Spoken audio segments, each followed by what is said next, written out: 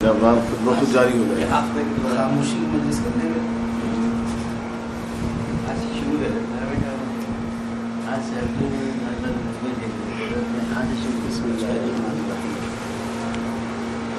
بڑوں کی باتیں جو یاد آئیں گی وہ سنا دیں گے. اب ہم لوگوں کو یہ فکر کرنی ہے کہ جو کمایا ہے یہاں اس کو کیسے باقی رکھے. نانا بھائی فرماتے تھے کہ نیکیاں کرنا تو آسان ہے، اس کو بچا کے رکھنا مشکل ہے. حضرت قاری صاحب کا ملفوظ یاد آیا کہ بھئی 3 گناہ ایسے ہیں جن سے اگر بچا جائے تو اور گناہوں سے بچنا آسان ہوتا ہے: بدگمانی، بدنگاہی، غیبت. اور ان 3 گناہ کا یہاں زیادہ سابقہ پڑتا ہے. غیبت بھی اکثر ہو جاتی ہے، بیٹھتے ہیں باتیں کرتے ہیں. بدنگاہی کے مواقع بھی بہت آتے ہیں.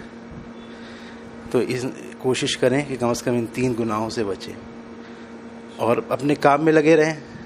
ذکر اللہ کی کثرت کریں. ابو فرماتے ہیں استغفار کی کثرت، درود شریف، کلمہ طیبہ، جس میں دل لگے.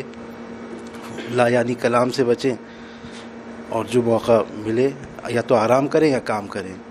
یہی فرمایا ابو نے کہ کچھ سنا دو، اور کچھ ذہن میں نہیں ہے. ایک شعر بھی یاد آ گیا: دوسروں کا اگر تذکرہ کیجئے، سامنے آئینہ رکھ لیا کیجئے. اپنے عیب تو سب کو ظاہر ہوتے ہیں، اب سب معلوم ہوتا ہے. اور فرمایا کرتے تھے کہ بھائی اپنے عیب تو معلوم ہے، دوسرے کے اگر پیچھے بھی آدمی پڑے گا تو زیادہ سے زیادہ 100 عیب اس کے نکالے گا، لیکن اپنے عیب ہزاروں اور لاکھوں ہوتے ہیں، سب کے علم میں ہوتا ہے. کسی کا شعر ہے: دوسروں پر اگر تبصرہ کیجئے، سامنے آئینہ رکھ لیا کیجئے.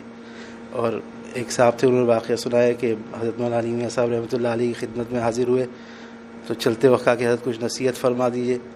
تو حضرت مولانا علی میاں صاحب رحمۃ اللہ علیہ نے فرمایا کہ قلم کاغذ ہے؟ کہا ہے. تو نکالو، ایک شعر لکھ لو: سارے جہاں کی ہے خبر، اپنے جہاں سے بے خبر. اس شعر پہ غور کرتے رہو، کام بن جائے گا. اللہ تعالیٰ ہم سب کو عمل کی توفیق عطا فرمائے.